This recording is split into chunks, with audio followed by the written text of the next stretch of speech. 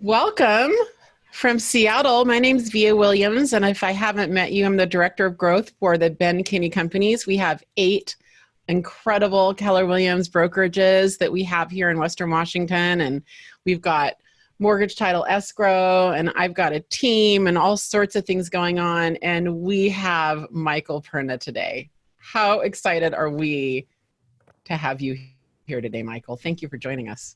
You betcha. Thank you for having me. I really appreciate it. Well, you're always... Yeah. No, go ahead. Go ahead. No, I was going to say, I feel like there's a lot of pressure right now. I got a couple of nice people in the comments saying hey and everything, and that's awesome. And I have no idea what we're talking about. I know you set the questions ahead of time. I totally didn't look. I pulled them up at 2:56. It's going to be great. Okay, so for the record, just for everyone to know, I did send him the questions in advance, which is good. Mike Perna, here's the good news for you. Here's the good news.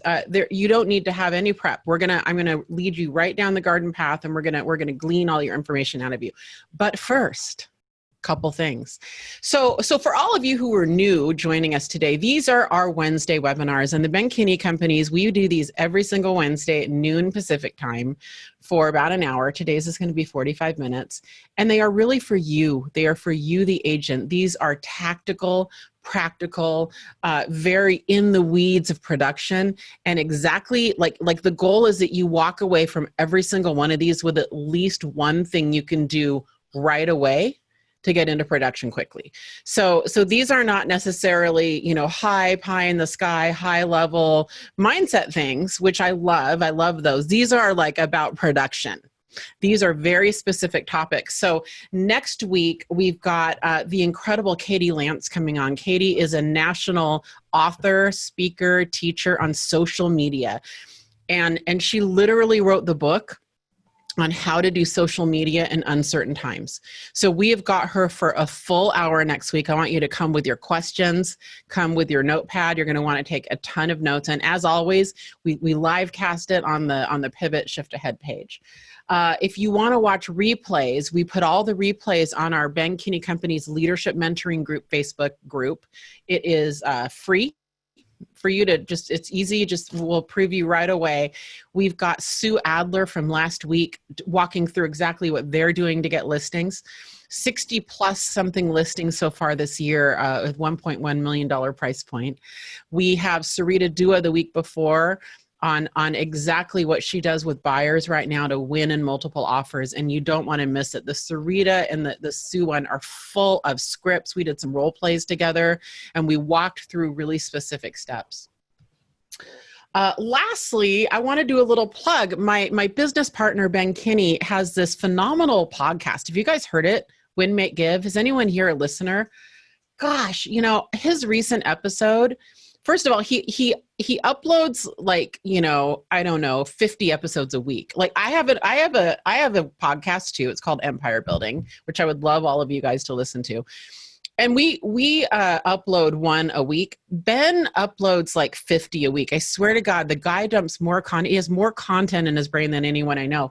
So his last episode is What 2 Things Fuel a Business. I thought it was really, really good. Just listened to it last night on my deck in the sun. So it was a really nice way to kind of wind my day down.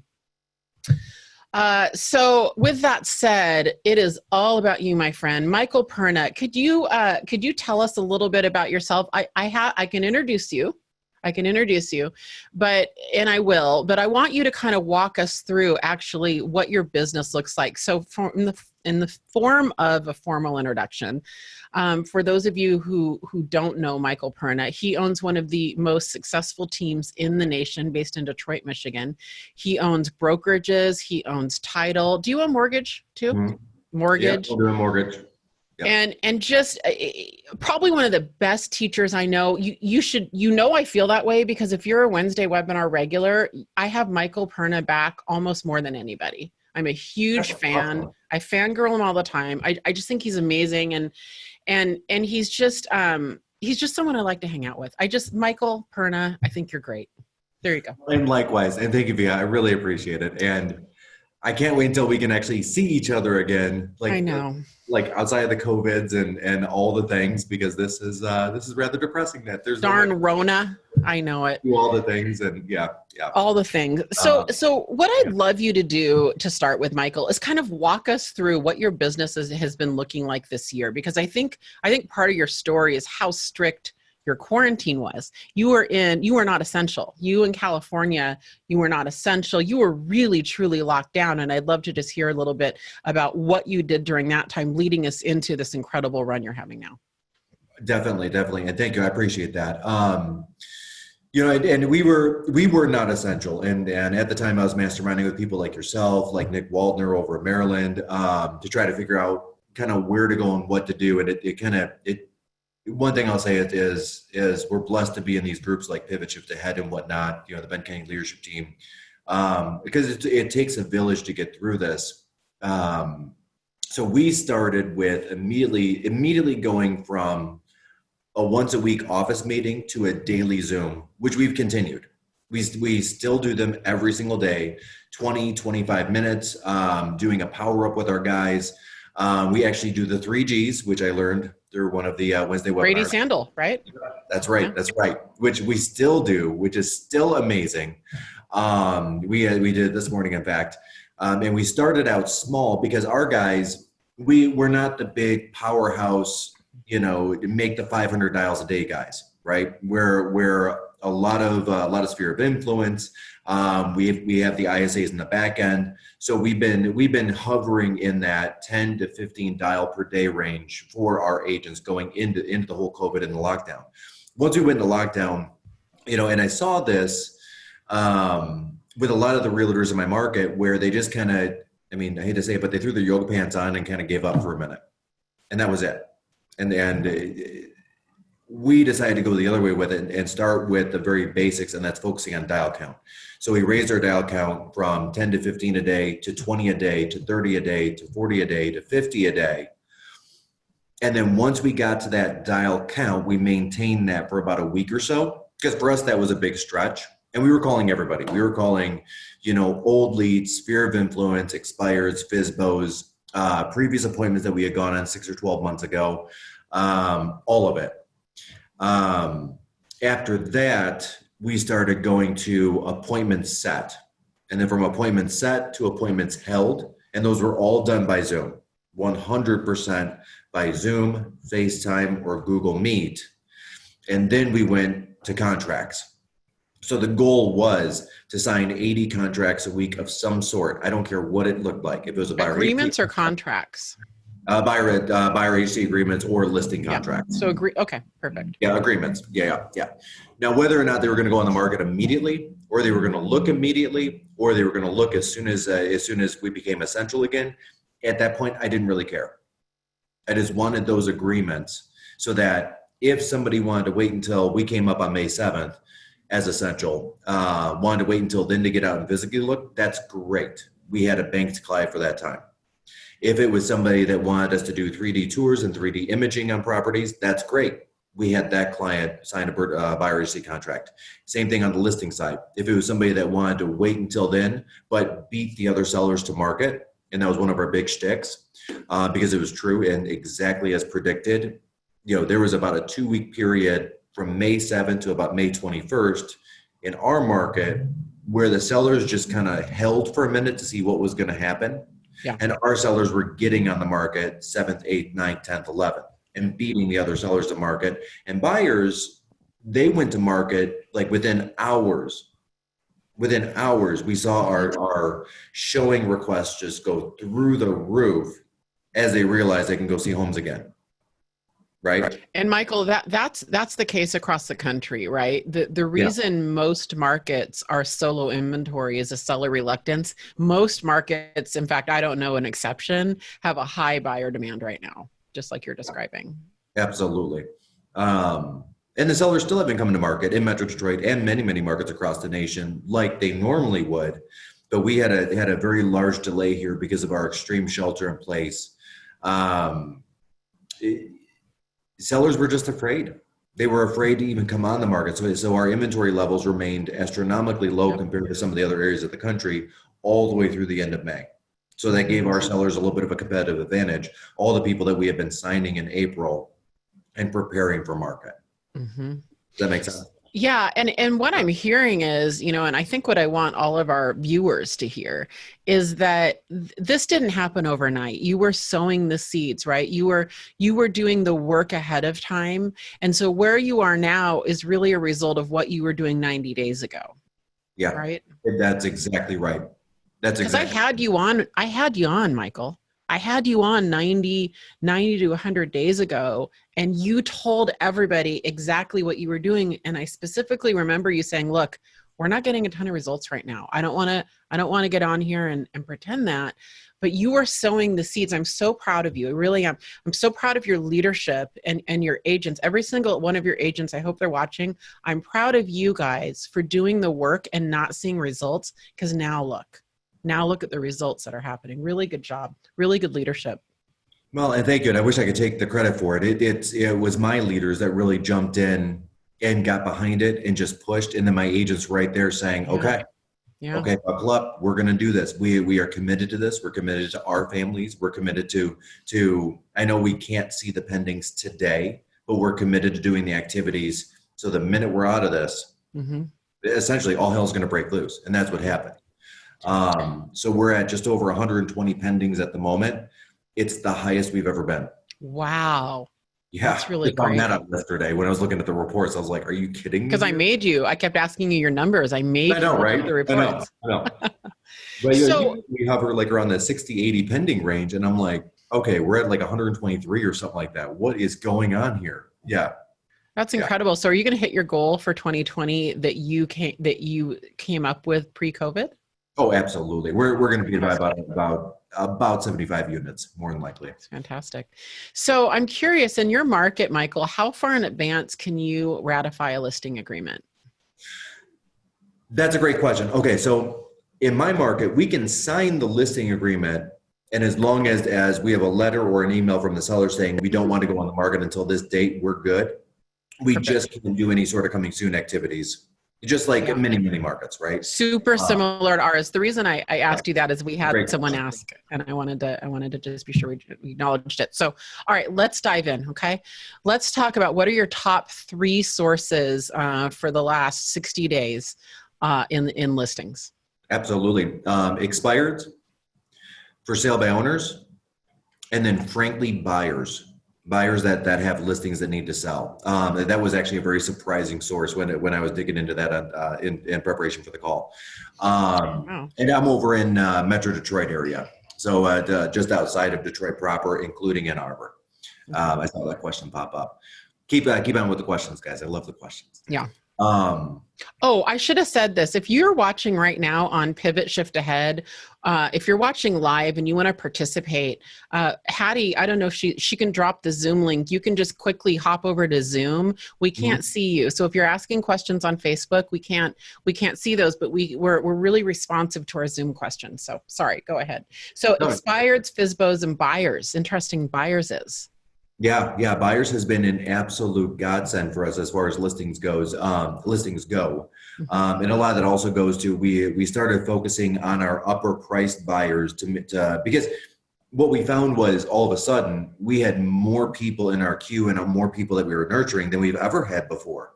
So we started focusing kind of top down price range wise. And that really, really brought up a lot of the listings, a lot of the move up buyers, right? Yeah. And even to this day, I mean, we're still putting those properties on the market. Subsequently, our average sales price has also gone up quite substantially. In Metro Detroit, where we're hovering around $225,000 for an average sales price. For us personally, we're about $315,000, which is awesome. Okay. Yeah, that just went up $75,000 in 90 days. Well, yeah. Isn't that interesting? It's it's what happens with no inventory, right? That's what happens. Oh, fantastic. Yeah. So let's start on expireds, Michael. We're gonna drill down on each one because I know everybody's starting to ask, and you and I both came prepared. We knew everybody was going to ask what your scripts were and what your approaches were, so we're ready for that. So let's start out with expireds. Are these new expireds? Do you even have expireds in your hot market, or are these older expireds that you kind of turned into nurtures? Both. We went after both hard. Okay. And the script was actually super, super simple. And it was a little bit of a change. Hey, Viha, it's Mike Perna with Keller Williams. How are you today? Good. Excellent. Hey, I noticed that your home was taken off the multiple listing service. Did that sell or is that still available? No, it's still available. I'd sell Okay. it. And to be upfront with you, I did not see a 3D tour on your listing. Did you have one done? No, no. All right. Do you feel in this COVID market that we're in that would be an important tool with which to sell the home? Yeah, I've actually been looking at them myself when I've been looking for homes. I can appreciate that. I can appreciate that. Also, I see that you had around 20 photos of your property. Nowadays, buyers are expecting a little bit closer to 50. Do you think having more photos so the buyer could see your home before ever getting out there and looking at it physically would have helped? Yeah, because when I see a home I'm interested in, I find myself looking through all the photos, I will admit. Yeah. Absolutely. Where were you going to move with the home or had the home sold? Over to the State Street area. We just like that neighborhood. Very cool. Very cool. No, and it's a great neighborhood. And I love the mature trees and everything. If you had the opportunity to move there, would you still move there? Yeah, I would. And that's why we haven't gone back on the market, because we're just worried about buying, actually. We're not so much worried about listing. I'm pretty sure we'll sell. We're just worried about finding a home to buy, and we have to sell this to buy. And that makes perfect sense. I'll tell you what, how about I'm going to be in your neighborhood tomorrow about 5 o'clock showing homes. Why don't I pop by just after that for 15 minutes at 6? We can go over my marketing plan. If it's a great fit, then we can prepare for the market, not necessarily go on the market, but prepare for the market, because it does take a couple of days to do the 3D imaging and the Matterports and the photos and the this and the rackamarackama. In the meantime, I'll start preparing a family letter for you. I'll get some more information when I see you tomorrow, a family letter, because I found it extremely effective for my other buyers to actually mail a letter letting them know that I have a buyer looking in the area. That way we might be able to find you something that's off market where you don't have to compete against another buyer. Does that sound like a plan? Yeah, I mean, I feel like my house isn't very clean. So tomorrow at 6, okay, you think it'll be 15, 20 minutes? All right. It is just me. Don't even worry about it. Are you going to wear a mask? Either. Yes, ma'am. I will. Okay. All right. Yeah. Okay. That'll work. Okay. All right. I have one more question for you in role play. And I have one more question for you. What's a family letter? When you said that, I like to be private, and I just kind of want to learn a little bit more about what a family letter is. No, and that makes perfect sense. And there's no names attached, nothing, no identifying information. It will be just a very simple letter. Hey, I've got this great family, couple of kids, whatever your situation is. But again, no identifying, nothing that anybody could identify you with, that's looking for a home just like yours in your neighborhood. Okay. If you had considered selling anytime between now and the end of the year, please call me first. Okay. That's it. And that's working to get houses. It is. It's working at a high level. So we're doing that, and we're calling through the neighborhood physically to see if we can find somebody that wants to sell as well. Okay. I'm super interested. Okay. I look forward to seeing you at 6 tomorrow. Thank you. Excellent. I'll see you then. Thank you. That's a great script. Super simple, right? You did the classic, if you were going to move, where would you move to? Right? Which is, I think, the universal real estate script, right? Pretty much. Yeah. That's the top 3. But it still works. It works. Yeah. Right? Yeah. Move people past not selling the home into where they would have gone. Yeah. That's great. Yeah. All right. So, so you're calling those. How are you getting the expireds? Are you using Vulcan or are you using RedX, one of those services? Yes, we're using Vulcan 7, which is extremely effective in our market. RedX I know is effective in other markets. It's just not wonderful in ours. Yeah, I've always liked Vulcan as well. So whatever, a lot of people have been asking, there's a lot of sources. You usually have to get a third party source to get the phone numbers, I find. And I do find Vulcan has the best numbers, but okay. So you reach out by phone. Do you do any type of follow-up, Michael, beyond phone? Do you get their email addresses? If they kind of blow you off, but they're a little receptive, do you have an email campaign you do, or any other follow-up? Honestly, no, not at this point. As far as an email campaign goes, we do have an expired letter that we send out, which is a very, very basic evidence of success. It is 13 pages. Wow. Yeah. So maybe not as basic as I might have mentioned, but it is 13 pages. So essentially what it was, I looked at all my competitors and saw that some of them were up to 6 pages. So I just doubled the page count, added a page for good measure, and that's what I send out. And it has proof of performance. Is that why it's so long? Just all the houses you've sold in the area? Yep. And that's it. It's everything sold. I've got, testimonials in it. I've got pictures with the humans in it. I've got all of it, holding the sold signs in front of the house with the agents on my team, all of it. And how many responses do you get from that? How many appointments do you get from that? Right now we're getting 6 or 7 appointments a month. It's a little bit lower than normal. Okay. Usually we're a little closer to 8. Okay. 9, definitely worthwhile. For the low number of expires, that's pretty good. Back in the previous market when I developed it, I was getting more like 15 or 18 appointments a month. And that's like the previous down market back in 8, 9, 10. That's great. How many-ish would you say you're sending out a month to get that 6 appointments a week? So 24 a month. How many? It's about 400. Oh, that's pretty good. Okay. Yeah. I mean, I'm not like the smartest tool in the shed, but 24 out of 400 is a pretty decent percentage. Yeah, it's not bad. Okay, that's great. All right, good. Cool. Okay, let's move to FSBOs. So do you have an approach you use? What's your approach to FSBOs? What's the first step in? Do you just go preview the FSBO, or do you try to go right in for a listing appointment? None of the above. Okay. But that's a great question. Question. I've got a couple of very hard closers in my market. People you guys probably all know. And I'm not the hard closer, so I kind of go the other way with it. Okay. So the visible script, and I kind of self-developed it. Hey, is this Viha? Yeah.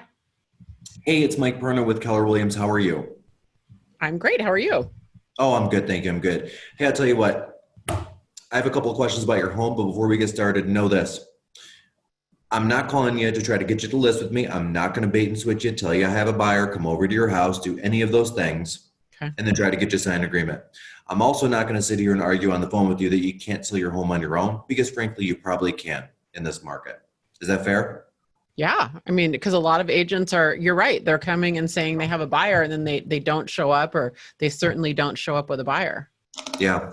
And I know if it hasn't happened yet, it's going to happen. There will be agents that will call you up and tell you that you can't get the job done, when the reality is homes are selling for sale by owner. Okay. So you've got a high likelihood of getting that home sold on your own. What I will say is myself and my team, and you can always, leverage your real estate office at this one, right? Myself and my team, we work with 25 to 35 buyers per month. So there is a high likelihood that I will have a buyer that'll match your home. So I want to make sure that I've got all the facts of your home from wherever I got it from, Zillow, Craigslist, whatever that looks like, correct. You have this many bedrooms, this many bathrooms, this much square footage. The basement is finished. It's not a walkout. It is a 3-car garage. Whatever that looks like. Is that, I don't know. Yeah. And then they say yes, right? Yeah. Okay. Yeah. I usually screw up on one piece of information because it kind of validates the phone call. So I usually go maybe off on price 10,000. Oh, on purpose. On purpose. Oh no. Okay. You said the price wrong. The price is actually 410, not 400. Oh, perfect. That makes the whole call worthwhile. I'm so glad that I called, because I wouldn't want to put out a price that's too low to one of my buyers based on incorrect information on the internet. Thank you. I appreciate that. Yeah. Hey, let me ask you, do you have flyers for your home? Yeah. My teenage daughter made some flyers for us. Excellent. Have you had a chance to print those yet? Yeah, we printed them on our home printer here. Yeah. Okay. Is it like a high powered machine, or is it more just a desk jet? No, it's like a little desktop, color printer. Okay. Well, it's smearing in the rain. I'm showing homes over in Green Valley later on tomorrow. I've got a $30,000 printer sitting in my office. I'll tell you what. Why don't you email me a copy of that as a PDF? I'd be more than happy to print out 50 of them on the amazing photo printer and just drop them off in your door. Okay, sure. Yeah, that'd be great. Also, do you have a copy of seller's disclosures and lead-based paint? I think an agent from Keller Williams actually dropped those off, but I haven't really looked through everything. That makes sense. I'll throw another couple of copies of those in there. And if you'd like to, I'd be more than happy to spend a little time on the phone or on Zoom or on FaceTime and walk you through that to make sure that you get those filled out correctly, right? So is that required? Do I have to fill those out if I'm selling it myself? Yes. Okay. Yes. Great question. In the state of Michigan, you've got to fill out the seller's disclosure, and federally, you've got to fill out the lead-based paint Okay. or at least the acknowledgement that your home was built on or after 1978. Interesting. So that Okay. is cool. And then also, do you have a couple of blank, not just one, but a couple of blank purchase agreements? Should you be showing a home to a buyer and they love it and they want to make an offer right at that moment? No. Okay, I'm going to get you a couple of the board purchase agreements. Okay. In all honesty, I cannot give you the Keller Williams ones because those are copyrighted. We spent a lot of money on a lot of attorneys to get those done right. Okay. But the board ones, I will throw a couple in there. It is important that you have those ready, because if you're showing a home to a buyer and their emotions are very high at that moment, you do want them to sign that offer at that moment. You do not want them to wait, go home, sleep on it, because of what's going to happen tomorrow. Oh, they might, I guess you're right. They might change their mind. Yep. Yeah. And then we want to go see more homes. Right? Okay. Sure. Yeah. Okay. In addition to that, I'm going to put in a couple of cards as a contact for my loan officer. I'll let them know that also that we spoke. So again, same thing. If you've got the buyer in your home and they haven't been pre-approved yet, you can call Brent. You can get on the phone with him right away. He'll get the pre-approval done in about 10 minutes. So you know before you sign the offer that you've got a solid buyer. Okay. Is that fair? Yeah. Yeah. Okay. Excellent. In the meantime, should I have a buyer in my database where your home matches, I'll be sure to reach out to you directly and see if I can get those guys in there as well. Okay? Okay. That'd be great. Of course. Excellent. Put all the things in a folder, drop it off at the house, follow up with them. Hey, do you just want So you don't preview the house? You don't necessarily go in? Oh, no need. Okay. Yeah. For me, I don't. Okay. I don't. Yeah. Hey, just wanted to be sure that you got those couple of things I dropped off, the flyers, the seller's disclosure, lead-based paint, offers, and see if you had any questions on any of it, because that's a lot of paperwork right there.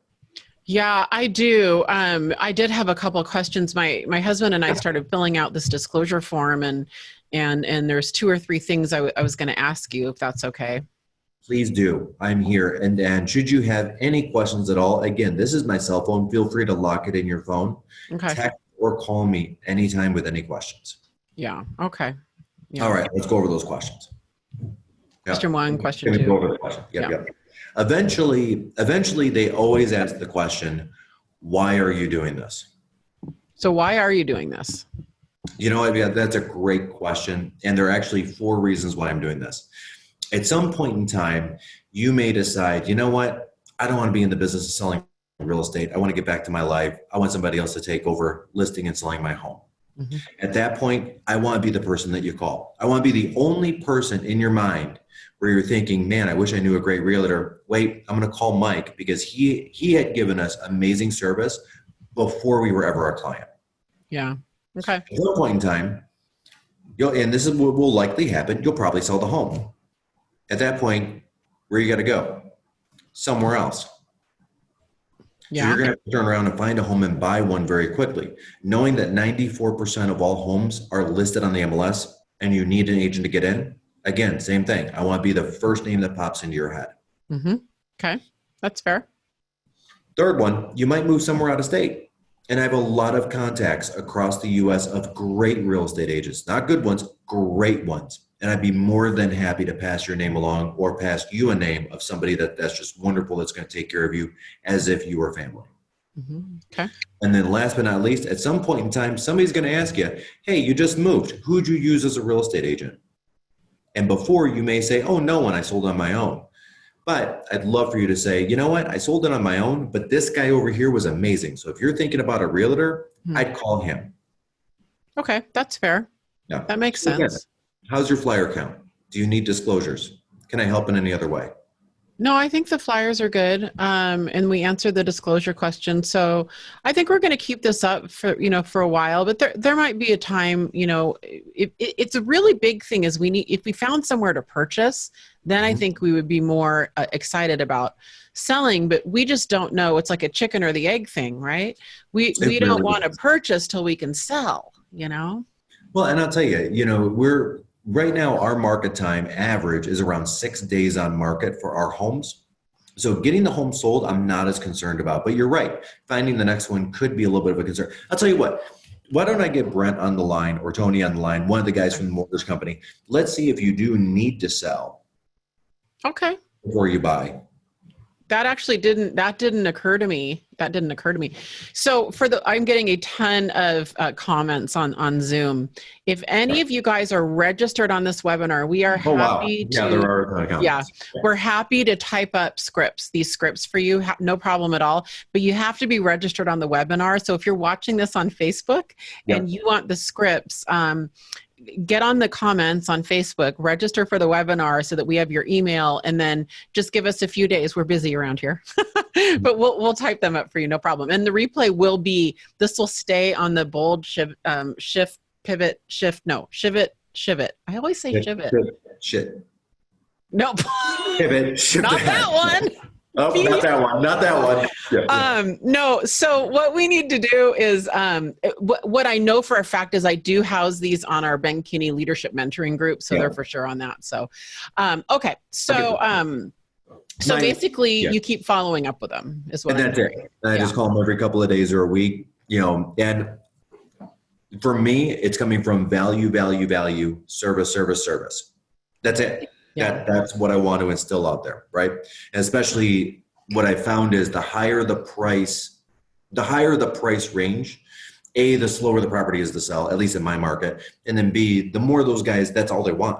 Like they want to be able to trust somebody. And then once the trust is there, because a lot of them are high Ds, once the trust is there, then they don't even care. They don't even they don't even ask questions anymore. They just have my trust. Yeah. I did see one question in there that I thought was very interesting.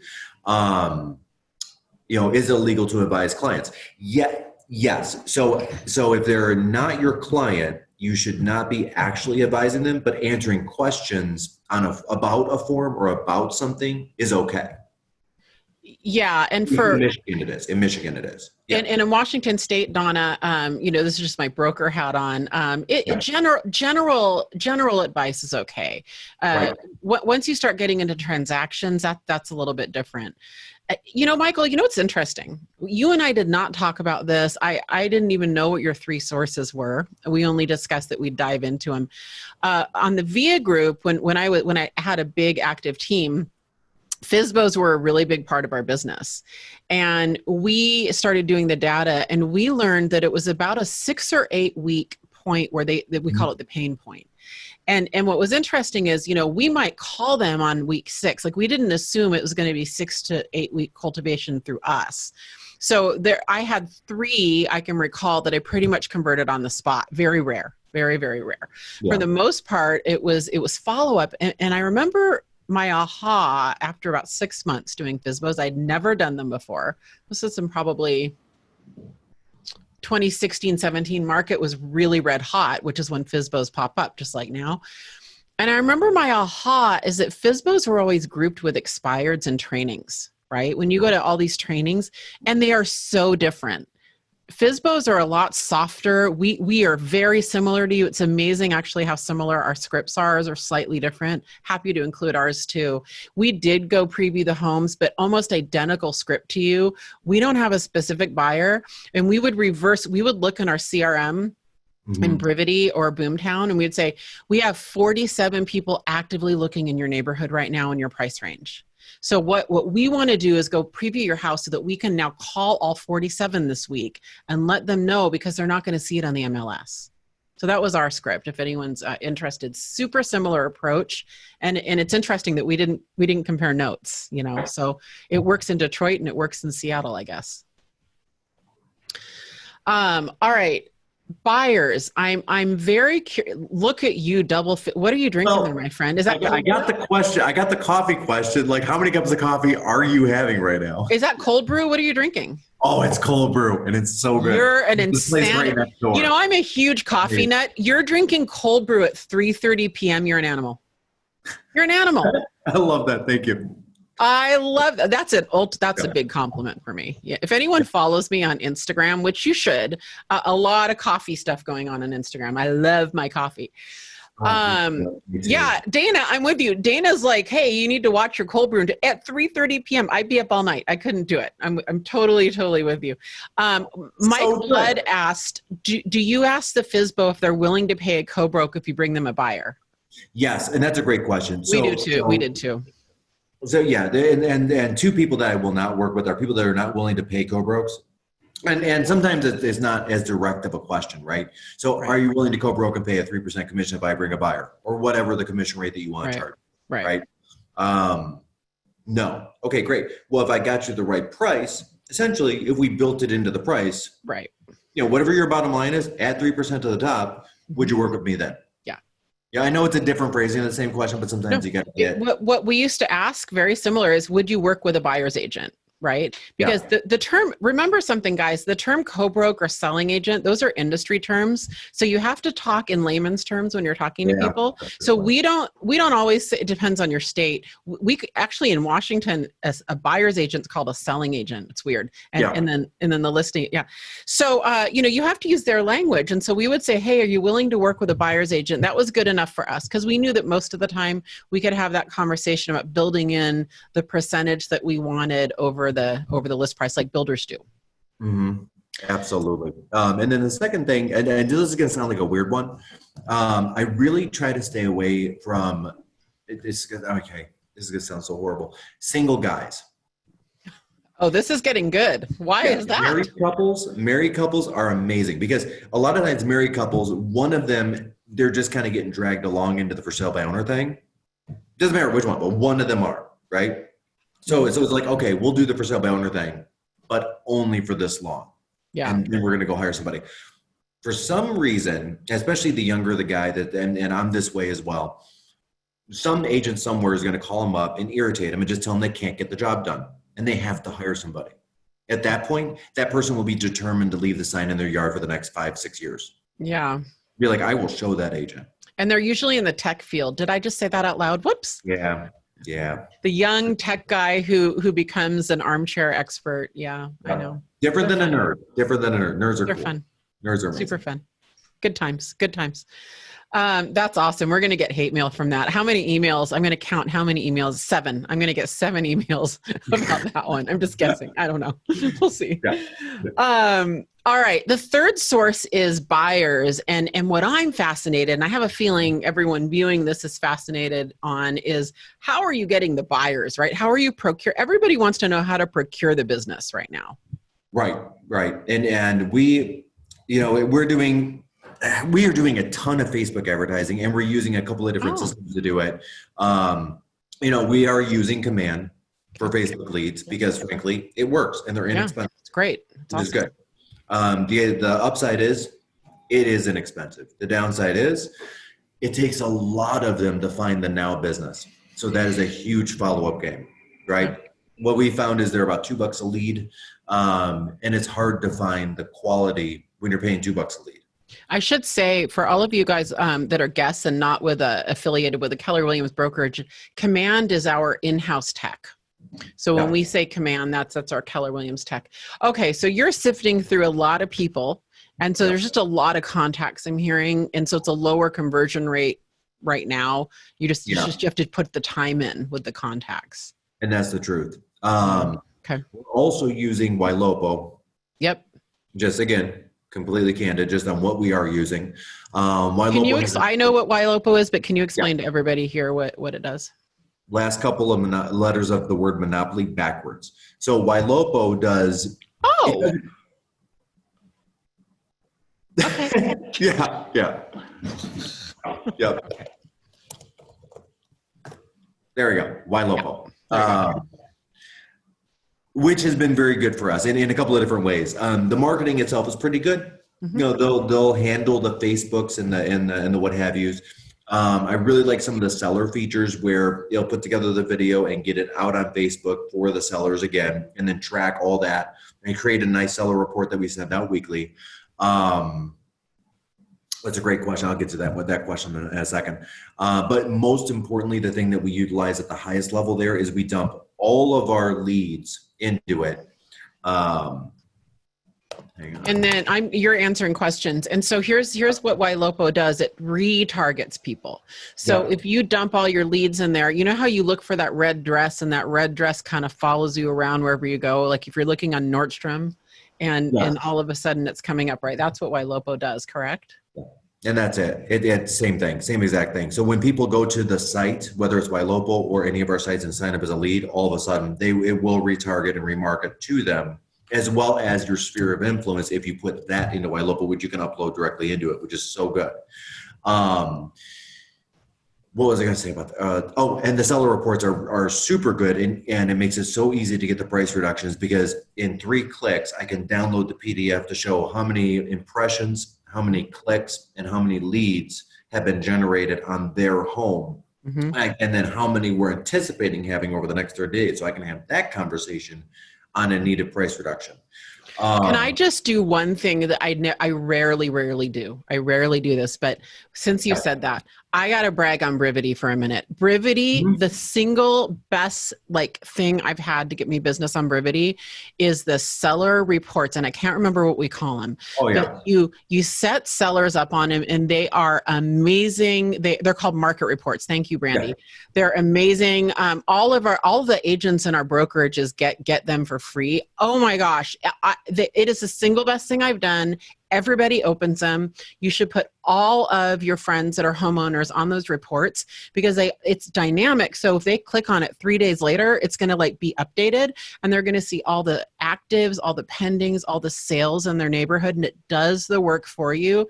And can you tell how big of a fan I am? Out of everything I send out, I get the most opens from those. Oh, and that's the truth. And yeah, to be quite honest, those reports blow anything else I do out of the water as far as that goes. And I put myself on it because it's awesome. Yeah, so do I. Yeah. And I'm a real estate agent, and I actually open them. Yeah. Weird. Yeah.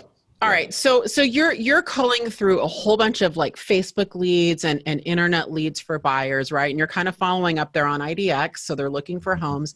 And then do you have any rules, Michael, that you use as far as, do you have to get back with them? If they've been online in the last 24 hours, for instance, do you have to get back to them or anything like that? Those are the ones that we call first. Okay. Really. So those are the people that the most view and most recent login, and we just go straight down those 2 lists. And right now we're using FirePoint as a CRM, and those again come up right there. I believe Brivity does the same. I'm seeing the screenshot at some point, but those are definitely the ones that you want to. Oh yeah, first. You're getting a call from Brivity this week, by the way. So wait, who? I'm gonna sick Brivity. Wait, who's getting a call from Brivity? Me? You. Yeah. Okay. Yes. Yeah. You, Michael Perna. FirePoint. What's FirePoint? FirePoint. Hey, that's great. So yeah, we always had certain rules. We had 4 rules that we always use for our internet lead follow-up. Anybody on CRMs, number 1, that if they've been online in the last 24 hours viewing a home, you had to have a contact logged or a contact attempt. It could be a text, it could be a call, whatever. Number 2, they had to have a tag refresh. Nobody could be new after 24 hours, and they have to have some kind of a tag.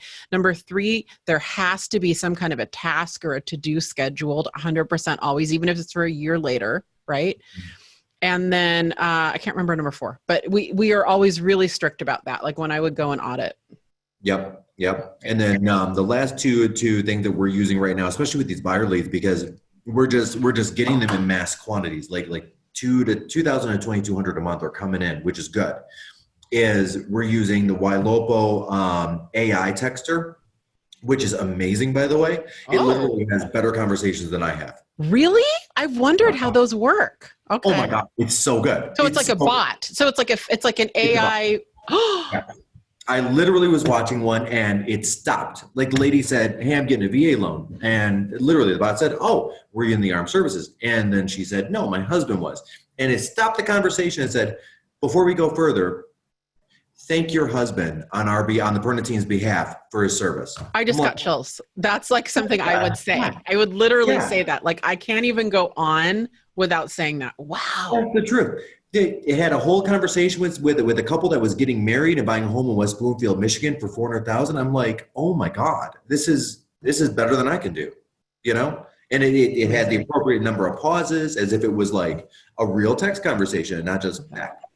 Oh, that's Candace is somewhat creepy. It's a little creepy. Very creepy. Yeah. I think we can all agree.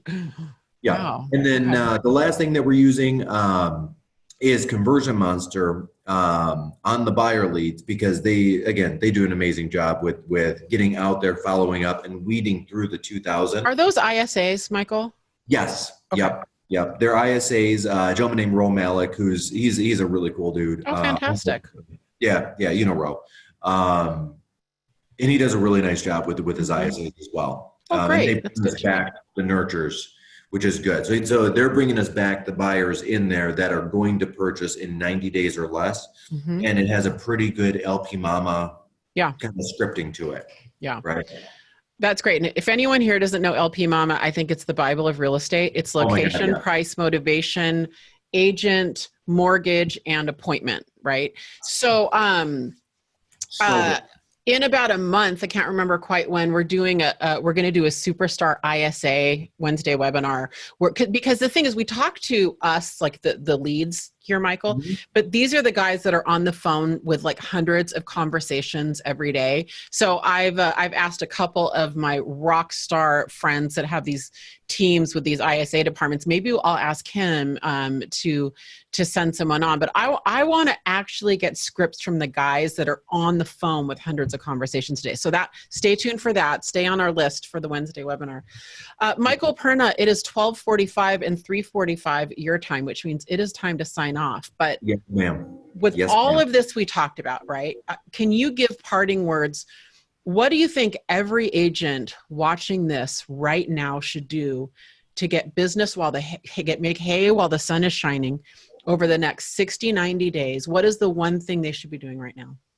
Okay. And real quick on the Conversion Monster, it is also great for an individual agent because it is very inexpensive and it's worth it to just have them bring back to you the 10 or 15 people you really need to be talking to, not the 500 that you're creating from these Facebook leads out of mass quantity. Honest to God, I think what we should be all going towards right now is video. And especially a video of value, bringing value to the consumer and then bookending that with the phone call. So like come September, partnering with a good heating cooling company for the guys in the North like myself with some sort of a 15 to 25% off coupon, sending that out. And we use Get Viral. Again, full disclosure, Frank's company is fantastic. Frank Klessik's and Viral Marketing is incredible. I'm a big fan. We use them. Ben Kinney, we use those for brokerages too. Oh, so good. Big fan. Happy to give him a plug.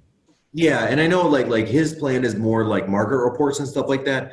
I always like the item of value, like a negotiated discount, and then calling and following up on that. Hey, it's Mike Perna, Keller Williams. Hey, I want to be sure you got that email with that 25% off coupon. Yeah. Because now you're adding value to the relationship and you're staying in front of them.